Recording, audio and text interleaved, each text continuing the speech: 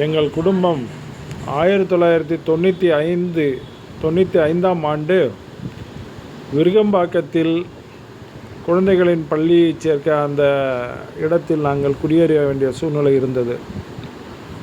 அங்கு குடியேறிய பொழுது அந்த ஃப்ளாட் சிஸ்டம் என்பார்கள், அடுக்குமாடி குடியிருப்பு, அதில் நான் தலைவராக பொறுப்பேற்று அதில் நான் பணியாற்றி வந்த பொழுது தினமும் விடுமுறை நாட்களில் அந்த காம்பவுண்டில் வெளியில் நின்று அது நிர்வாகத்தை பற்றி பேசி கொண்டிருப்போம். அப்பொழுது எங்களுடைய வளாகத்தில் இருந்து நிறைய பெண்கள் எல்லாம் வெளியே கிளம்புவாங்க. அப்போ சொல்லிட்டு போவாங்க, ஐயா நாங்கள் இந்த மாதிரி சென்னமல்லீஸ்வரர் ஆலயத்துக்கு சிவ வழிபாட்டுக்கு போகிறோம் அப்படின்வாங்க. சரி போயிட்டு வாங்க அம்மான்வேன். அப்புறம் யாரும்மா உங்களுக்கு நடத்துகிறாங்கன்றப்போ சிவ பக்தவச்சலம் அப்படின்றவர் எங்களுக்கு இதை நடத்துகிறாருங்க, இந்த மாதம் ஒரு முறை எங்களுக்கு இந்த திருமுறையை பற்றி எங்களுக்கு வகுப்பு எடுக்கிறாரு அப்படின்ற ஒரு செய்தியை என்கிட்ட சொன்னாங்க. அப்போ ஒரு மாத வழிபாடு போகும்பொழுது என்னையும் அழைச்சாங்க, வாங்க கூட, அப்படின்னா என்னென்னு பாருங்கள் அப்படின்னாங்க. அப்போ நான் போய் அந்த வழிபாட்டில் சென்னமல்லீஸ்வரர் ஆலயத்தில் அங்கே போய் பார்க்கும் பொழுது ஒரு குடியாத்தத்துலேருந்து சென்னை சென்ட்ரல் ட்ரெயினில் அங்கே அங்கே போய் நாங்கள் அவரை காரில் அழைச்சிட்டு வந்துடுவோம். அவர் ஒரு 10 மணிக்கு ஆரம்பித்து 12 வரைக்கும் சொற்பொழிவு பண்ணுவார். 12 மணிக்கு மேலே அடியார்கள் யாராவது அன்னதானம் வீட்டில் சமைச்சு எடுத்து போயிருந்தோம்னா எல்லாரையும் உட்கார வச்சு அன்னதானம் பண்ணுவோம். அவர் அதுக்கப்புறம் அவரை ட்ரெயினில் அவரை அமுச்சு விடுவோம் அவருடைய ஊருக்கு. இந்த மாதிரி சில வருடங்கள் நடந்தது. இது சைதாப்பேட்டையில் இருந்த ஒரு அன்பர் கந்தசாமின்னு நினைக்கிறேன், அவர் தாங்க இதை ஒருங்கிணைத்து செஞ்சார். அந்த வழிபாட்டில் கலந்துக்கிறப்போ முதல்ல நாளன்று பார்த்திங்கன்னா திருமுறை 1 அப்படின்னு சொல்லுவார், 2ன்னுவார். அப்போல்லாம் எனக்கு இந்த 1, 2, 3ன்னா அது ஏன் திருமுறை எத்தனை இருக்குது, இந்த நம்பர்லாம் எதுக்கு சொல்கிறாங்கன்றது கூட எனக்கு தெரியாது. அப்புறம் தான் கொஞ்சம் கொஞ்சமாக அதில் ஈடுபாடு ஏற்பட்டு நான் அப்படின்னா என்னன்ற புத்தகங்கள்லாம் அவருடைய உரையில் இருந்தோம். புத்தகங்களை வாங்கி பார்க்கும்பொழுது அவரே வெளியிடுவார் புத்தகம். அப்பொழுது தான் தமிழ் வேதம்ன்ற ஒரு மாத இதழை ஒன்று ஆரம்பித்தார். அதில் நிறைய விளக்கங்கள் இந்த திருமுறைகளை பற்றி அதெல்லாம் படிக்க ஆரம்பித்தோம். நிறைய விளக்கம் சொல்வார் அவர். ஒரு வாரமும் ஒரு மாதமும் பதிகத்தை எடுத்துப்பார். பற்று நின்ற பாவங்கள் பாற்ற வேண்டில் பரகதிக்கு செல்வது ஒரு பரிசு வேண்டில்னு ஒரு பதிகம் இருக்குது, அதை சொல்வார். அதுக்கு விளக்கம் கொடுப்பார். அதேமாதிரி ஔவையார்து அந்த வானவர் நாடும் வழி திறந்திடுமே அப்படின்வார். அது ஒரு ஔவையார் இயற்றிய ஒரு பாடல் இருக்குது, அதையும் சொல்வார், விளக்கம் கொடுப்பார். பல பதிகங்கள் அவர் எங்களுக்கு நல்வினையை நம்ம பெறணும்னா நம்ம என்ன செய்யணும், தீவினைகள் நம்மளை விட்டு விலகணும்னா அதுக்கு என்ன பதிகங்கள், நல்வினைகளை பெறணும்னா அதுக்கு என்ன பதிகங்கள் இருக்குது, அதுக்கு இருக்க பூனாலும் தலை சுமப்ப புகழாமம் செவி கேட்ப நானாலும் நவீன்றியத்தை பெறலாமே நல்வினை, அந்த மாதிரி பதிகங்கள் எல்லாம் எங்களுக்கு விளக்கம் எளிமையாக கொடுப்பார். நாங்கள் உட்கார்றது கூட பார்த்திங்கன்னா நாங்கள் ஒரு பழைய ஜம்காலம் தான் வச்சுருந்தோம். அதை விரிச்சிட்டு அந்த ஜம்காலத்தில் உட்காந்துப்போம். ஐயாவும் அங்கே எதிரிலே உட்காந்துப்பார். இது கோயிலினுடைய பிரகாரம், மக்கள் நடந்து போகிறாங்க பாருங்கள், அதில் ஒரு ஓரமாக நாங்கள் உட்காந்துக்கின்னு இந்த சொற்பொழிவை நடத்துவோம். இதுக்கு பார்த்திங்கன்னா பெரிய மைக்கு எதுவுமே கிடையாது. அவர் பேசுகிறதே எதிரில் அமர்ந்து நாங்கள் ஒரு 30 பேர் 25 பேர் கேட்போம். இது சில வருடங்கள் நல்லா நடைபெற்று வந்தது. அதுக்கப்புறம் அவரால் தொடர்ந்து அந்த இது செய்ய முடியல. ஆனாலும் எங்களெல்லாம் அந்த வழிபாட்டில் சிவ வழிபாட்டில் கொண்டு சேர்த்த பெருமை அவரை தான் சேரும். இன்றளவும் சிவ வழிபாட்டில் என்னை அறிமுகப்படுத்தியவர்னா, அதாவது என்னுடைய ஒரு குருவாக, நம்ம மானசீக குருவாக இல்லை குருவாக நான் ஏற்றுக்கணும்னு சொல்லணுன்னா நம்முடைய குடியாத்தம் சிவ பக்தவச்சலம் ஐயா, அவரை தான் நம்ம சொல்லணும். அந்த அளவு ஒரு சிறப்பாக என்னை இந்த சிவ வழிபாட்டில் கொண்டு இன்று பல அடியார்கள்ட்ட பல அருகுருநாதர்கிட்டலாம் நம்ம பழகினாலும் முதல்ல நம்மளை இந்த வழிபாட்டுக்கு கொண்டு வந்தவரை நம்ம அவரை நினைவு கூறணும். குருநாதரை என்றும் நம்ம மறக்க முடியாது. அந்த அளவில் அவருடைய திருவடிகளை போற்றி வணங்கி இந்த நேரத்தில் இந்த 12 திருமுறை வழிபாடு என்ற பதிவை எளிய முறையில் எப்படி பண்ணலான்றதை நான் பதிவு செய்கிறேன். நன்றி, வணக்கம்.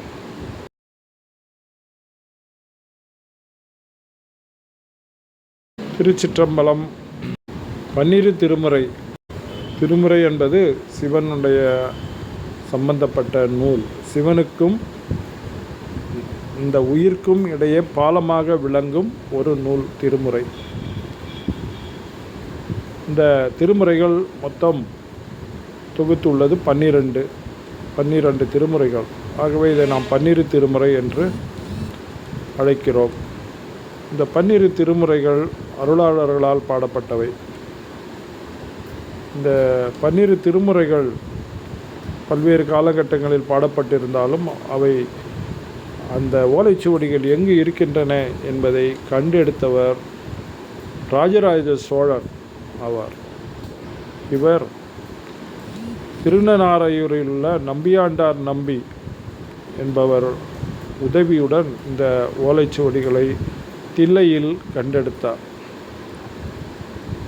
இந்த நம்பியாண்டார் நம்பி அவர்கள் திருநாரையூரில் பொல்லாப்பிள்ளையாரின் அருள் பெற்றவர் என்று அறிந்து அவருடைய உதவியுடன் இந்த ஓலைச்சுவடிகள் இருக்கும் இடத்தை கண்டறிந்து தில்லைவாழ் அந்தணரிடம் பேசி இந்த ஓலைச்சுவடிகளை மன்னர் கண்டெடுத்து அவற்றை தொகுக்கும் அந்த பணியை நம்பியாண்டார் நம்பி அவர்களிடமே ஒப்படைத்தார்.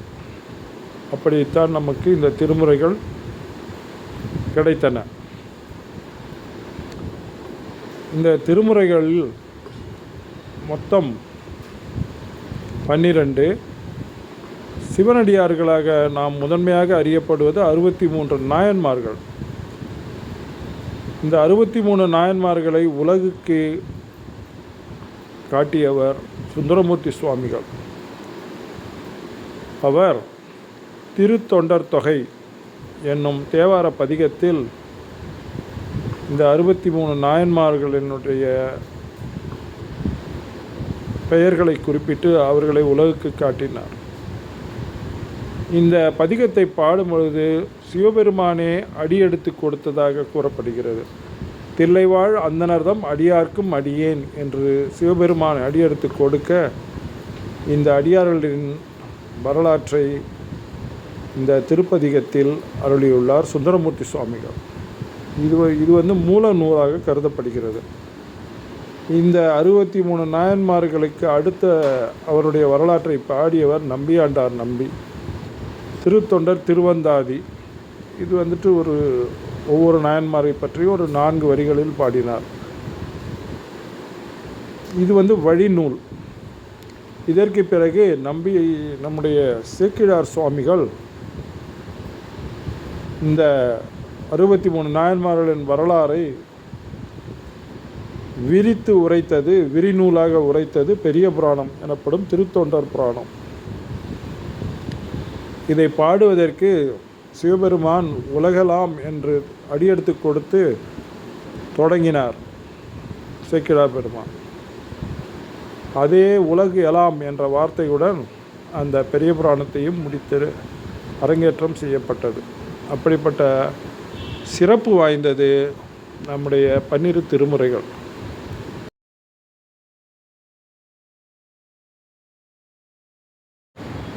திருச்சிற்றம்பலம். 12 திருமுறை தினசரி வழிபாடு எளிய முறையில் என்ற பதிவில் நாம் உங்களை சந்திக்கின்றோம். இந்த பதிவில் 12 திருமுறை என்றால் என்ன, அதை அருளியவர்கள் யார், அதை படிப்பதால் ஏற்படும் பலன் போன்றவற்றை இந்த பதிவில் நாம் பார்ப்போம். 12 திருமுறை என்பது சிவபெருமானை துதித்து போற்றி வழிபட அருளாளர்களால் அருளப்பெற்ற பதிகங்களாகும். உலகை படைத்து காத்து வருகின்ற கடவுளுக்கு நறுமணமுள்ள மலர் மாலைகளை சூட்டி வணங்குகின்றோம். அன்றாட வழிபாட்டிற்கு இது அவசியமாகும். ஆனாலும் இம்மாலைகள் வாடிவிடும் இயல்புடையவை. இறையருளை பெற்ற அருளாளர்கள் மலர் மாலைகளுடன் தமிழ் பாமாலைகளையும் சூட்டி வணங்கியுள்ளார்கள். இத்தமிழ் பாமாலைகள் தமிழ் மணம் வீசும் வாடா மாலைகளாகும். இறைவர் சிவபெருமானார் தமிழாய் விளங்குகின்றார் என்பார் திருஞான சம்பந்த சுவாமிகள். தமிழ் என்றால் சிவம் என்று பொருள். எனவே தமிழ் மாலைகள் சிவமணம் கமழும் ஆற்றல் உடையவை என்று நாம் உணர்தல் வேண்டும். சிவம் என்றால் மங்களம் என்றும் பொருள். தமிழ் மாலைகள் நன்மைகளை மங்களத்தை அளிப்பவை ஆகும். மண்ணில் இந்த பூ உலகில் நாம் மானிட பிறப்பு எடுத்துள்ளதன் நோக்கமே நோயின்றி நலமும் வளமும் பெற்று வாழ்வாங்கு வாழ்ந்து விண்ணில் விளங்கும் தெய்வத்தை அடைவதே ஆகும். மண்ணில் பிறந்த மனிதன் தீவினைகளை நீக்கி நல்வினைகளை பெருக்கி முடிவில் பிறவா நெறி அடைந்து என்றும் இன்பமாய் வாழ இத்தமிழ் மாலைகள் பெரிதும் உதவும். இத்தமிழ் மாலைகள் தமிழ் வேத பதிகங்கள் அல்லது திருமுறைகள் இறைவனுடைய கருணையால் அருளால் பாடப்பட்டவையாகும். அறிவை கொண்டு பாடப்பட்டவை அல்ல, இறைவனுடைய அருளால் பாடப்பட்டவை. ஐம்பூதங்களையும் அடக்கும் அளவிலாத ஆற்றல் உடையவை, விதியை மாற்றும் அற்புத சக்தி வாய்ந்தவை, இறந்தாரை எழுப்பும் திறம் கொண்டவை, கையிலையில் அரங்கேற்றப்பட்டவை. இதனுடைய சிறப்பை விளக்கும் ஒரு பாடல் தில்லை தலபுராணத்தில் உள்ளது. திருமுறையே சைவநெறி கருவூலம் தென்தமிழின் தேன்பாகு ஆகும்.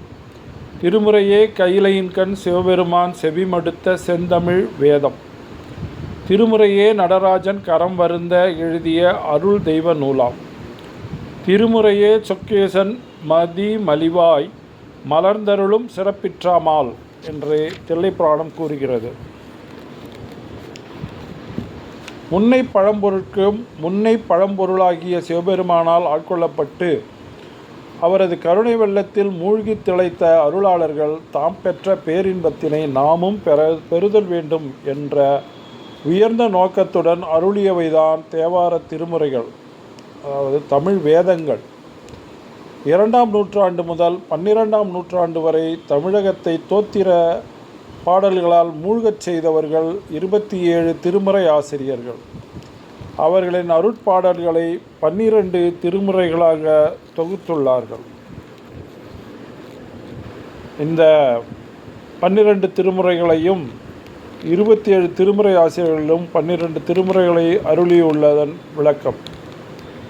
திருஞான சம்பந்தர் முதல் 3 திருமுறைகள், திருநாவுக்கரசர் 4, 5, 6ஆம் திருமுறைகள், சுந்தரமூர்த்தி நாயனார் 7ஆம் திருமுறை, மாணிக்கவாசகர் திருவாசகம் மற்றும் திருக்கோவையார் 8ஆம் திருமுறை, திருவிசைப்பா திருப்பல்லாண்டு 9ஆம் திருமுறை. இதை அருளியவர்கள் திருமாளிகை தேவர், சேந்தனார், கருவூர் தேவர், பூந்துருத்தி நம்பி, காட நம்பி, கண்டராதித்தர், வேணாட்டடிகள், திருவாலிய முதனார், புருடோத்தம நம்பி, சேதிராயர் ஆகிய 9 அருளாளர்கள். திருமந்திரம் 10ஆம் திருமுறை அருளியவர் திருமூல நாயனார்.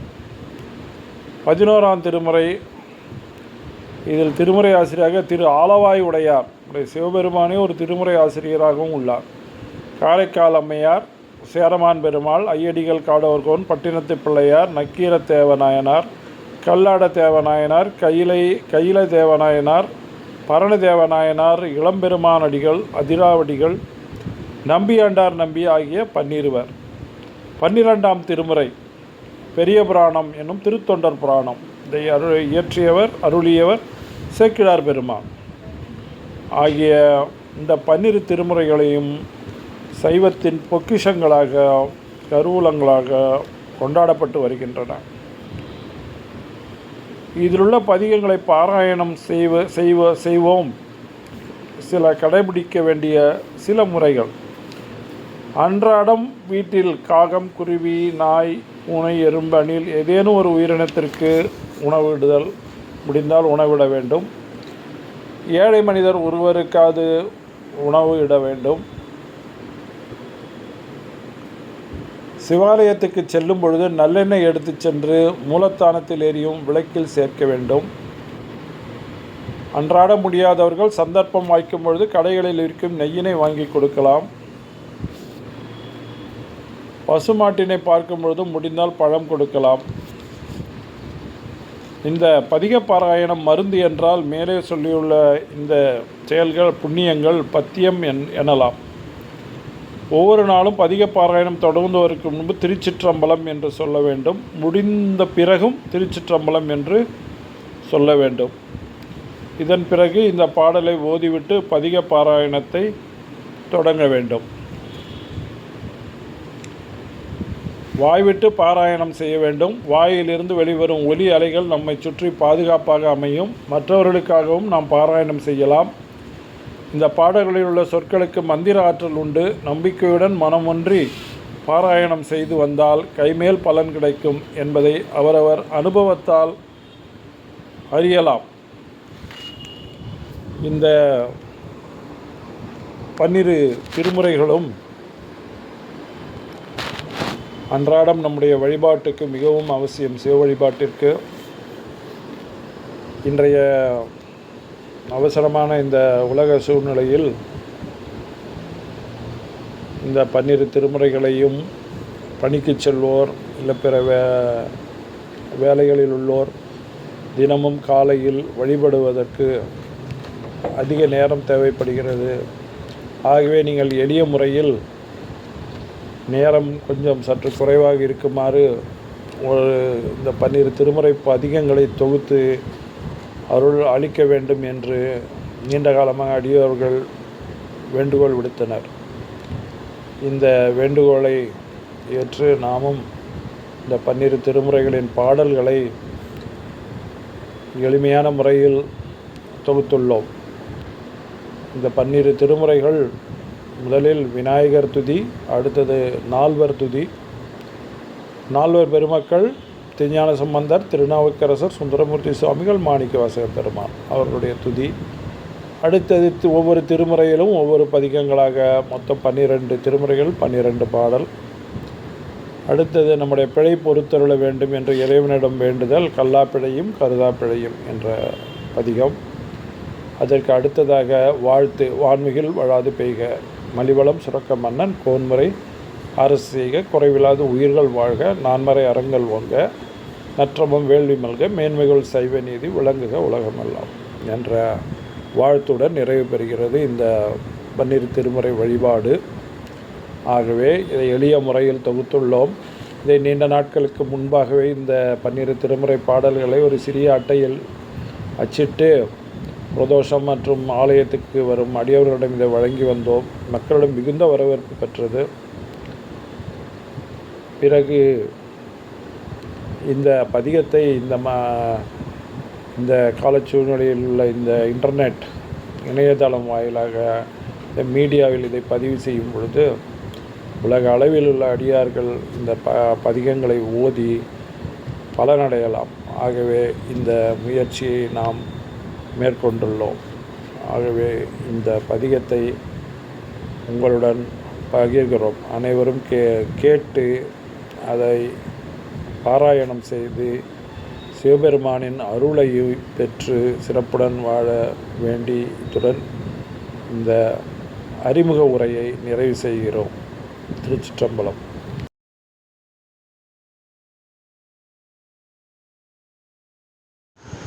திருச்சிற்றம்பலம். திருவாக்கும் செய்கருமும் கைகூட்டும் செஞ்சர் பெருவாக்கும் பீடும் பெருக்கும் உருவாக்கும் ஆதலால் வானோரும் ஆனை முகத்தானை காதலால் கூப்புவர்தம் கை புளியர்கோன் ஒப்பழித்த புகழியர்கோன் கடல் போற்றி ஆழிமிசை கல்மிதப்பில் அணைந்த பிரானடி போற்றி வாழி திருநாவலூர் வந்தொண்டர் பதம் போற்றி ஊழிமலி திருவாத ஊரர் திருத்தாள் போற்றி தோடுடைய செவியன் விடையேறி ஓர்த்து வெண்மதி சூடி காடுடைய சுடலை பொடிபூசியன் உள்ளங்கவர் கல்வன் ஏருடைய மலரான் முனைநாட் பணிந்து ஏத்த அருள் செய்த பீருடைய பிரம்மாபவமேவிய பிரம்மான் இவனன்றோ மந்திரமாவது நீரு வானவர் மேலது நீரு சுந்தரமாவது நீரு துதிக்கப்படுவது நீரு தந்திரமாவது நீரு சமயத்துள்ளது நீரு செந்து வருவாய்மை வங்கன் திரு ஆலவாயன் திருநீரே காதலாய் கசிந்து கண்ணீர் மல்கி ஓதுவார்தமை நன்னெறிக்கு உய்ப்பது வேதம் 4 மெய்ப்பொருளாவது நாதன் நாமம் நமச்சிவாயமே மாசில் வீணையும் ஆலை மதியமும் வீசு தென்றலும் வீங்கின வேணிலும் மூசு வண்டரை பொய்கையும் போன்றதே ஈசர் எந்த இணையடி நிழலே கருவாய் கிடந்து உண்டன் கயலே நினையும் கருத்துடையேன் உருவாய் தெரிந்து உண்டன் திருநாமம் பயின்றேன் உணதருளால் திருவாய் பொலிய சிவாய நமவென்ற நீரணிந்தேன் தருவாய் சிவகதை நீயப்பா பாதிரி புலியூர் அரணே ஓசை ஒலியலாம் ஆனாய் நீயே உலகுக்கு ஒருவராய் நின்றாய் நீயே வாசமலரலாம் ஆனாய் நீயே, மலையோன் மருகனாய் நின்றாய் நீயே, பேசப் பெரிதும் இனியோய் நீயே, பிரானாய் அடி என்மேல் வைத்தாய் நீயே, தேச விளக்கலாம் ஆனாய் நீயே, திருவையார் அகலாத செம்பற்சோதி பித்தா பிறைசூடி பெருமானே அருளாளா, எத்தால் மறவாதே நினைக்கின்றேன் மனத்து உன்னை, வைத்தாய் பெண்ணை தென்பால் வெண்ணை நல்லூர் அருட்துறையுள், அத்தா உனக்கு ஆளாய் இனியல்லேன் எனலாமே, வேண்டத்தக்கது அறிவோய் நீ, வேண்ட முழுவதும் தருவோய் நீ, வேண்டி அயன்மார்க்கு அறிவோய் நீ, வேண்டி என்னை பணிக்கொண்டாய், வேண்டி நீ யாது அருள் செய்தாய், யானும் அதுவே வேண்டினல்லான், வேண்டும் பரிசு ஒன்று உண்டியனில் அதுவும் உந்தன் விருப்பமன்றோ, ஒளிவளர் விளக்கே உழப்பிலா ஒன்றே, உணர்வு சூழ் கடந்ததோர் உணர்வே, தெளிவளர் பளிங்கின் திரள்மணி குன்றே, சித்தத்துள் தித்திக்கும் தேனே, அறிவளர் உள்ளத்து ஆனந்தக்கனியே, அம்பலம் மாடலரங்காக வெளிவளர் தெய்வக்கூத் துகந்தாயை, தொண்டனேன் விளம்புமா விளம்பே, யாவர்க்குமாம் இறைவர்க்கொரு பச்சிலை, யாவர்க்குமாம் பசுவிற்கொரு வாயுரை, யாவர்க்குமாம் உண்ணும் பொழுது ஒரு கைப்பிடி, யாவர்க்குமாம் பிறர்க்கு இன்னுரைதானே, மற்றும் பல பிதற்ற வேண்டாம் மடநெஞ்சே, கற்றைச் சடையண்ணல் காலத்தின் நெற்றிக்கண் தேனாரமுதின் திருநாமம் சிவாய நம எனும் ஐந்தெழுத்தை சோராமல் எப்பொழுதும் சொல். உலகெல்லாம் உணர்ந்து ஓதற்கு அறியவன், நிலவுலாவிய நீர்மலி வேணியன், அழகில் ஜோதியன், அம்பலத்தாடுவான் மலர் சிலம்படி வாழ்த்தி வணங்குவோம். கல்லாப்பிழையும் கருதாப்பிழையும் உனை கசிந்திருகி, நில்லாப்பிழையும் நினையாப்பிழையும் உன் திருநாமம் ஐந்தெழுத்து சிவாய நமவென்று, சொல்லாப்பிழையும் துதியாப்பிழையும் தொழாப்பிழையும் எல்லா பிழையும் பொறுத்தருள்வாய். கச்சி ஏகம்பனே வான்மிகில் வழாது பெய்க, மலிவளம் சுரக்க மன்னன் கோன்முறை அரசு செய்க, குறைவில்லாத உயிர்கள் வாழ்க, நான்மறை அறங்கள் ஓங்க, நற்றவம் வேள்வி மல்க, மேன்மைகோள் சைவ நீதி விளங்குக உலகமெல்லாம், சைவத்தின் மேல் சமயம் வேறில்லை அதுசார் சிவமாம், தெய்வத்தின் மேல் தெய்வம் இல்லெனும் நான்மறை செம்பொருள், வாய்மை வைத்த சீர்திரு தேவாரம் திருவாசகமும் உய்வை பெறச் செய்த நால்வர் பொற்றால் என் உயிர் துணையே. திருச்சிற்றம்பலம். பன்னிரு திருமுறை தினசரி வழிபாடு. பாடியவர் சிவபாபு, மாங்காடு.